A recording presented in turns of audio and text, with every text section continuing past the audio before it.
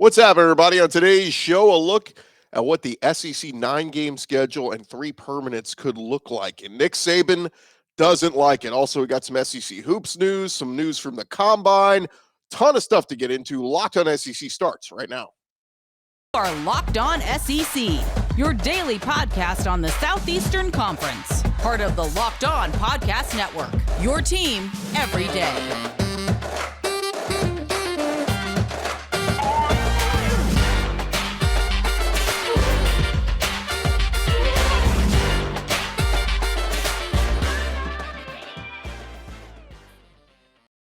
And what is happening, everybody? Welcome into Locked On SEC. It's great to have you guys along. I'm Chris Gordy. Thanks for making Locked On SEC your first listen every day.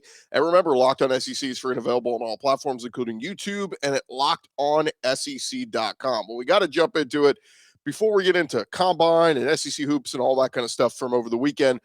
We got to jump into a story that came out on Friday. Ross Dellenger of Sports Illustrated putting out there that he's hearing this is presumably what a 9-game SEC schedule will look like with the 3 permanent crossovers. Again, this is not official.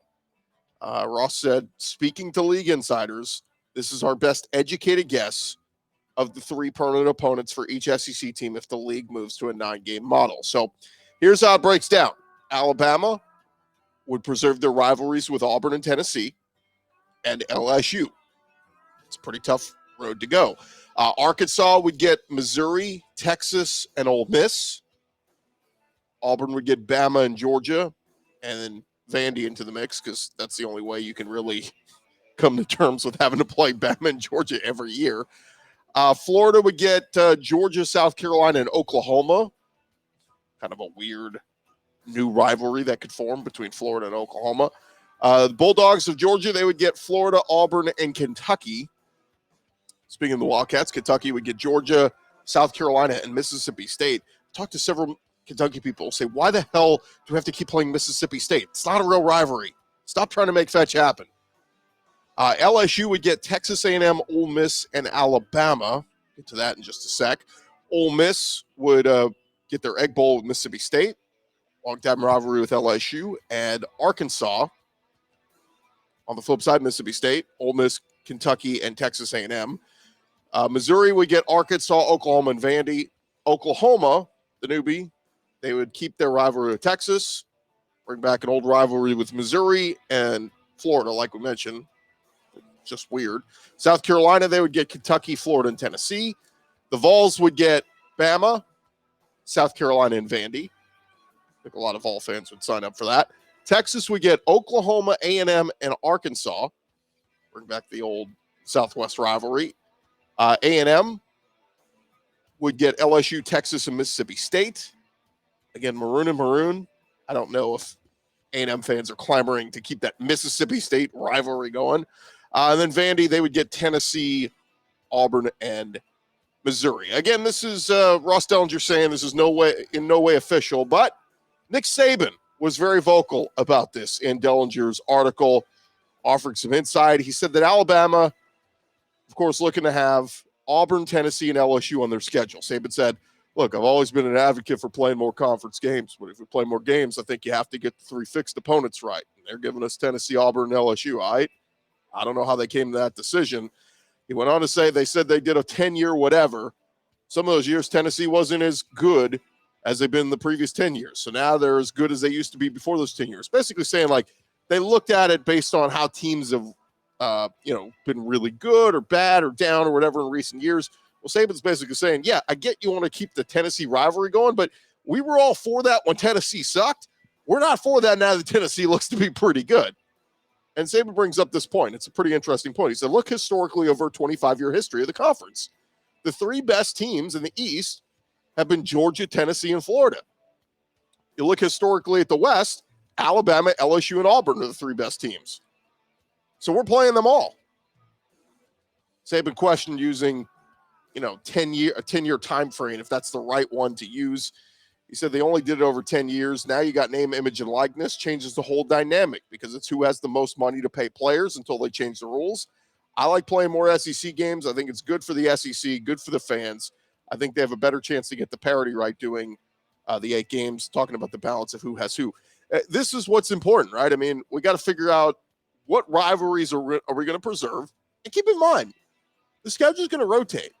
So every other year, you're going to see a team you didn't see the year prior in the SEC. It's going to be a rotational thing. So I don't know if the permanent 3 matters that much. Saban, obviously, when he talks, the conference listens, carries a lot of weight. So we will see if his opinion changes things here. And then some folks from LSU were vocal, talking about, their permanent rivalry. Look, the rivalry with Ole Miss is one that goes back a long time. I think they first met back in the 1890s. Same thing with A&M. That was a long-time rivalry for LSU that ended and then picked up, of course, when the Aggies came back to the conference. And LSU-Alabama has been historically just a great series ever since Saban got to Bama. And Alabama's owned the rivalry, yes, but a lot of those games come down to the wire. A lot of those games have been very close. And LSU's gotten their fair shot in the past couple of years. They've gotten a couple wins here and there. It just becomes, look, if you think of it from a perspective, if you're an LSU, do you want to see Bama every year on the regular schedule or every other year?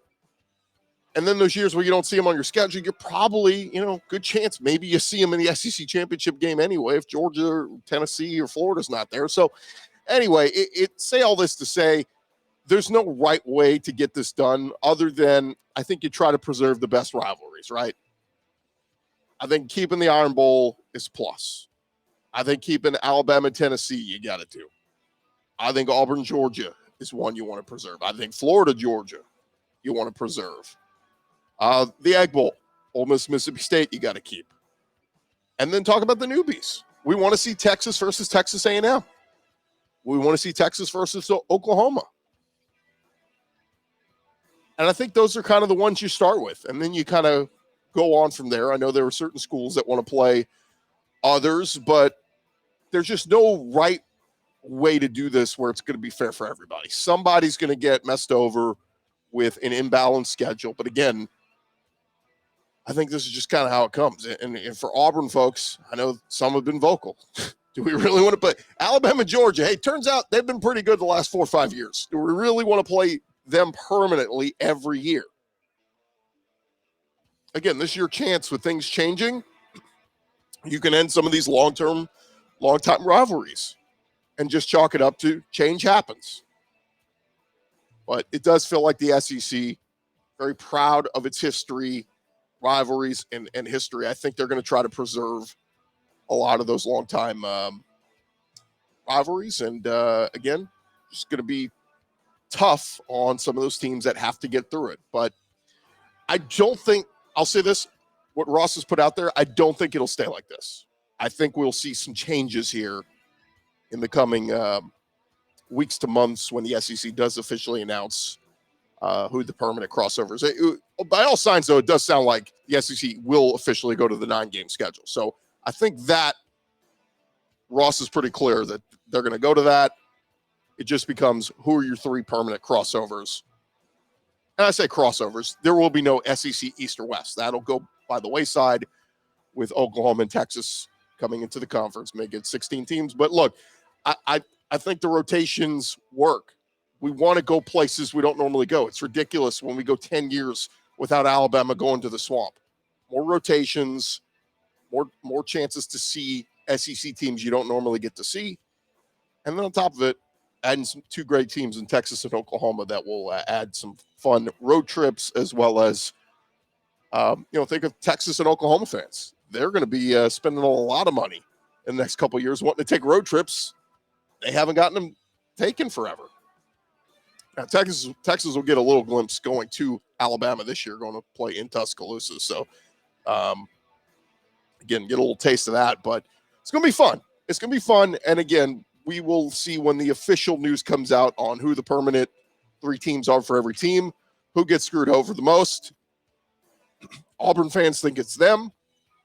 Alabama fans, Tennessee fans, LSU fans, somebody's going to get screwed over here. But it is what it is.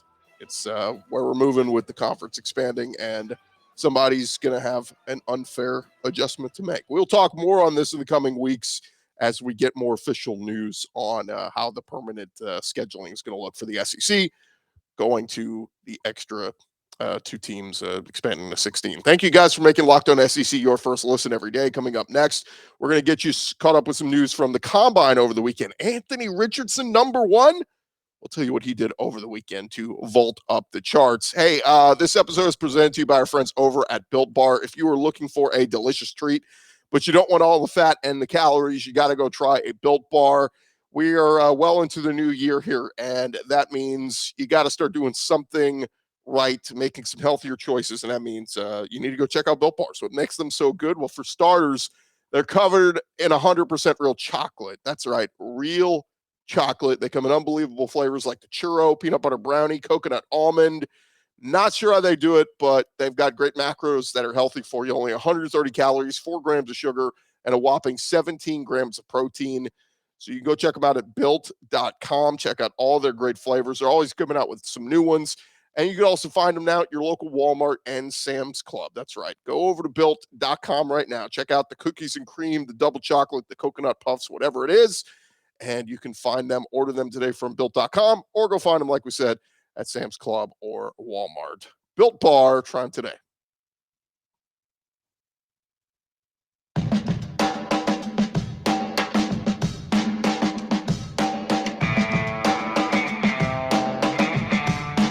Going along here, Locked On SEC, and man, we had some interesting storylines come out from over the weekend from some SEC guys up at the Combine in Indianapolis. And look, I know a lot of you are just SEC football fans, and once these guys move on to the pros, you're kind of, whatever. There's a big contingent that still roots for those guys, right? I mean, if it was a favorite player of yours at Bama or Kentucky or Tennessee, whatever, you're going to cheer for him at the next level, and hope he does well. So let's get into a little bit of what we saw over the weekend at the Combine in Indianapolis. First off, Bryce Young, projected by many to be the number 1 quarterback and possible number 1 overall pick if somebody trades up the Chicago Bears. But got all the talent in the world, got all the skills in the world in what he put on film in Alabama. But the big question was his measurements, his height. And over the weekend, Bryce Young officially listed in as 5'10" and 1/8 of an inch and 204 pounds. It was worth noting that Bryce Young was listed as 6 feet tall at Alabama. So they kind of got it wrong there on the website with what he was listed. But the 204 pounds was a nice surprise. Some people were expecting him to measure in under 200 pounds. So that was good for him. But some people were saying, maybe it's just water weight. So Bryce Young, start packing on the protein, maybe eat some Built Bars, and put on some more muscle because you're going to be judged by that. People saying he's got a slight frame, and for reference, his numbers are almost identical to Kyler Murray in 2019. Murray was 3 pounds heavier. Bryce Young does have slightly bigger hands than Kyler Murray. And, of course, Kyler Murray runs a lot more than Bryce Young. Not to say Young's not mobile. He is. But Bryce Young's always that willing passer, always keeping his eyes down the field, wanting to make the pass as opposed to tucking and running it, which he would do when he had to. That last drive at Texas this past season, we saw that firsthand. But we'll see. Is Bryce Young still going to be the first quarterback off the board? Well, he's got some competition. C.J. Stroud from Ohio State looked very good over the weekend. But out of the SEC, Will Levis talked about on Thursday he wanted to put on display his cannon, arm cannon on display for NFL teams, and he did just that. The NFL, everybody on the field kind of stopped when Levis was taking his turns throwing the deep balls and airing it out. One of the notes said, this guy Will Levis, there was in fact a noticeable buzz in the building when he stepped up there and everyone was waiting to see him just air it out. So Levis impressed very much so with his arm talent, throwing darts up there in Indianapolis. And I think he locked himself into being a top 10 pick. Another guy who, man, if Will Levis buzz was big, Anthony Richardson buzz was slightly bigger. The Florida quarterback was electric on Saturday. First off, through the workouts, He ran a 4.43 40-yard dash. He weighs close to 250 pounds. Is the fourth best time by a combine quarterback since 2003. Jumped like an elite receiver, a 40.5-inch vertical, a 10'9" broad jump. The vertical was a record for a combine quarterback since 2003. And all his throws were great. I mean, the ball jumped out of his hands, particularly on the long passes, which we saw him do at times in Florida, firing 65-yard throws down the field and then 12-yard outs. The arc on his deep throws were incredible. So I think Anthony Richardson has certainly solidified himself as a top 10. It's funny, I saw some people saying, oh, maybe my team could get Richardson at 12 or 14. Brother, he ain't going to be there. I think all four quarterbacks, Bryce Young, C.J. Stroud, Will Levis, and Anthony Richardson, based on what we just saw from the Combine over the weekend, are all going top 10 in this draft. I don't know where they're going. I don't know how it's all going to shake out. But three of the top four quarterbacks in this draft, all from the SEC, I think are all going in the top 10. Kudos to Anthony Richardson, though. Look, his biggest problem is what he put on film at Florida. 53% completion percentage this year. And he could chalk it up to bad play calling, bad coaching from Billy Napier. You could chalk it up to, hey, man, I didn't have Jamar Chase, Justin Jefferson, Jamison Williams, John Mechie. I had Justin Shorter and Xavier Henderson and, decent receivers, but not studs. You can make a case for that. But nonetheless, Anthony Richardson turned a lot of heads, as did Will Levis. We'll see where those guys go. By the way, another guy that spoke at the Combine but didn't go through any of the workouts, Hendon Hooker, Tennessee quarterback, still coming back from that ACL injury just 3 months ago. He said he's on track to potentially start week 1 in the NFL. So that is a big update for Hendon Hooker. Let's see what happens with him. A couple other SEC guys, Jalen Hyatt, the Tennessee wide receiver. He looked really good when he was able to run, posted a 4.40 40-yard dash. Some were expecting a sub 4.4 time, but his speed will play in the NFL. On a 4.41 run, the network showed he was still faster than what Julio Jones and Justin Jefferson ran at their combine. So Jalen Hyatt expected to be one of the top wide receivers in this draft. In fact, Jordan Addison, who a lot of people have ranked higher than Jalen Hyatt, ran slower. His best 40 time was a 4.49, and according to some reports, did not measure well. So maybe Jalen Hyatt jumped Jordan Addison on some NFL teams' draft boards. Devon Achane, the A&M running back, he met with the media on Saturday, said he was chasing one of the all-time 40-yard dash records, one held by John Ross. He said, look, I don't know, man. We're going to see. Would like to beat Ross's 4.22. Well, he didn't do bad. Devon Achane came in with a 4.32 second-time run unofficially. Was tops among running backs who had run the drill, third overall for all players at the Combine. And then Alabama running back Jahmyr Gibbs. He ran an unofficial 4.36. So Gibbs and Achane both showing off their speed. A lot of people think Bijan Robinson, the Texas running back, will be the first one off the board. But Jahmyr Gibbs right behind him and Achane not far behind him. So maybe Gibbs and Achane fall to the second round, but they won't go any further past that. So a good showing there from a lot of the SEC guys over the weekend. Oh, Darnell Washington from Georgia also put on a show. Sled, making one-handed catches. He was phenomenal. So shout out to all the SEC guys who performed very well up in Indianapolis. And shout out to all the Big Ten guys and Pac-12 guys who look slow and drop their stock. Thank you guys for making Locked On SEC your first listen every day. Coming up next, we're going to go around the conference. We got some current SEC football tidbits we got to get to. That's next.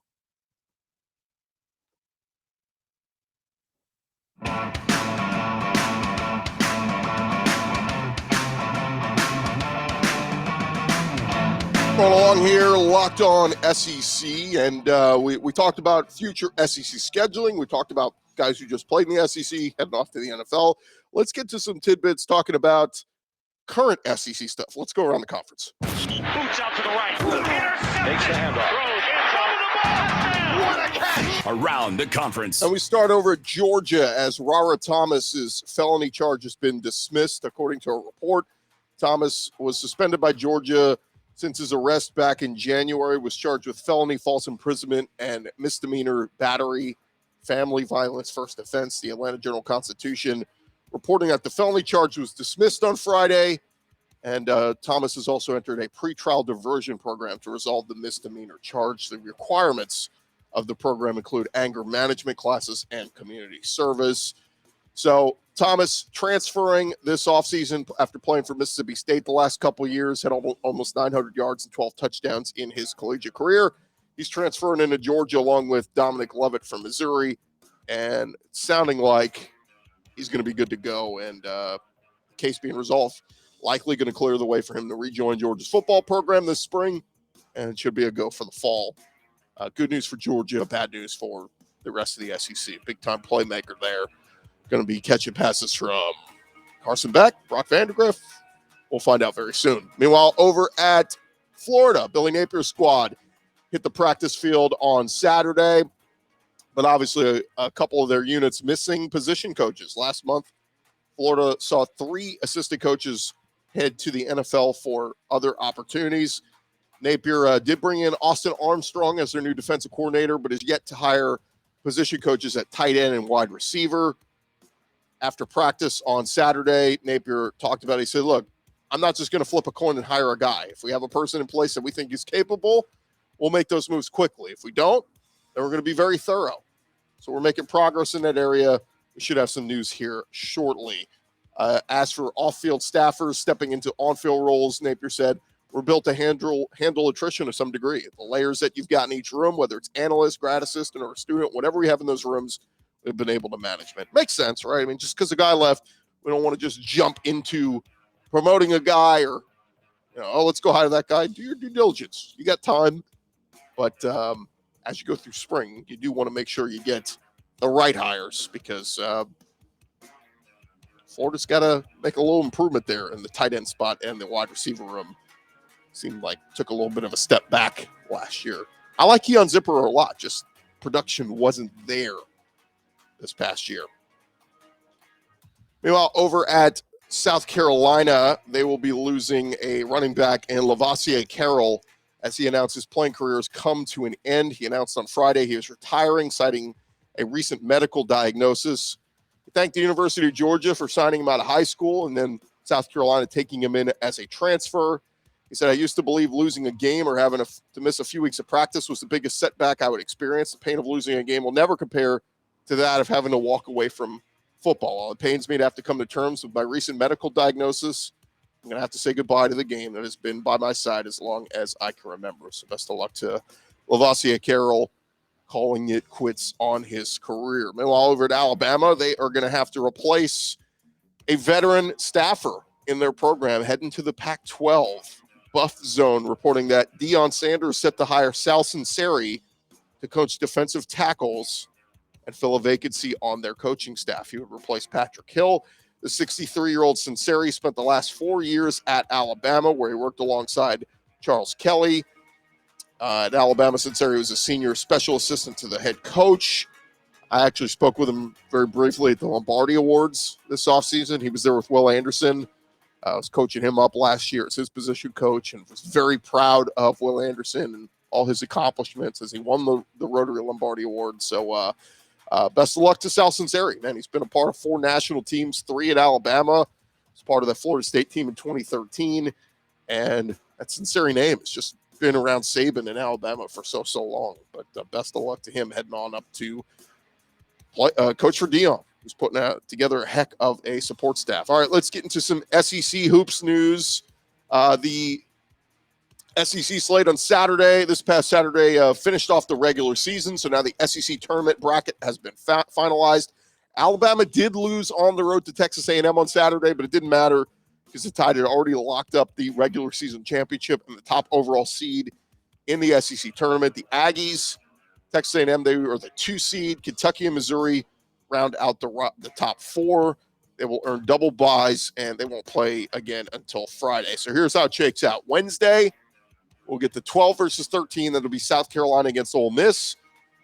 After that, it'll be Georgia versus LSU, the 11 versus the 14. Then we get in the second round on Thursday. It'll be Florida versus Mississippi State, Tennessee versus the game 1 winner, Auburn versus Arkansas, and Vandy versus the game 2 winner. And then, like we said, those top 4 seeds, Bama, A&M, Kentucky, and Missouri, they will all play on Friday in the quarterfinals. Semifinals on Saturday, and the SEC championship game will be Sunday at 1 p.m. on ESPN. So we will see who makes it through this tournament. And checking in on seeding, Joe Lunardi updated his latest bracket projection early on Sunday. Here's how he's got it. He's got Alabama as the number 1 seed in the South. He's got Tennessee in as a 3 seed, Kentucky in as a 7 seed, as well as Texas A&M as a 7 seed. Missouri gets in as an 8 seed, Arkansas as a 9, Mississippi State in as an 11, and Auburn in as an 11. Now, his projection has Mississippi State as one of the Final 4 in, playing Dayton in a play-in round. And with Auburn, they receive one of the Final 4 byes in Lunardi's bracket. Vanderbilt, the lone SEC team on the wrong side of the bubble coming into this week. So if the Commodores can win a couple games in the SEC tournament this week, I think they can punch their ticket. I just think it's really bad if Auburn, with all their losses they've had lately, if they're one and done, if they lose to Arkansas this week in their first game, I think Auburn has a real good chance of not making the tournament. The question on Arkansas, too, if Auburn beats Arkansas. Arkansas's had a lot of bad losses in recent weeks. Could they be left out? Look, I'm all for all the SEC teams getting in, but Lunardi with 8 teams, I think, is more on the optimistic side. It's going to be tough. We'll see.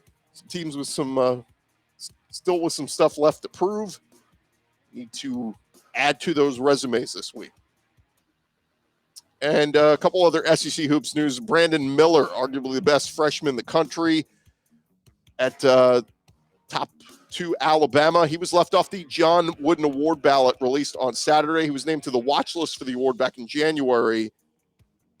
But keep in mind, just 2 weeks ago, he's left off weekly honors for the SEC.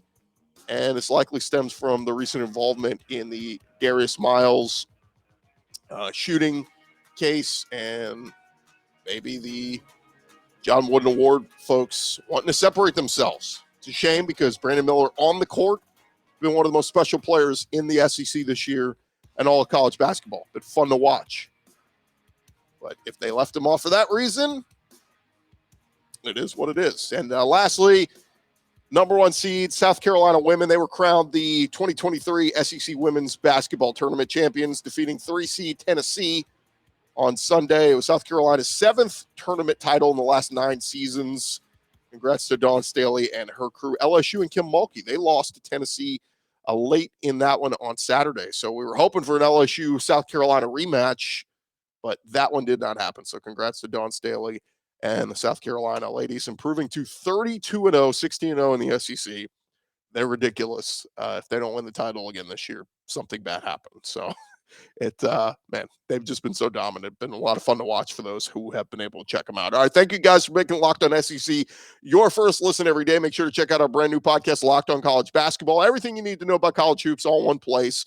Locked On College Basketball, available on YouTube or wherever you get your podcasts. I'm Chris Gordy. This has been Locked On SEC. Later this week, we're going to get into previewing the SEC tournament, talk more about some of those hoops teams that are on the bubble, trying to punch their tickets and get in, and much, much more. Make sure you subscribe to Locked On SEC. Give us a 5-star review on iTunes if you could, and go check us out on YouTube. Give us some clicks over there as well. I'm Chris Gordy. We'll talk to you guys tomorrow right here on Locked On SEC.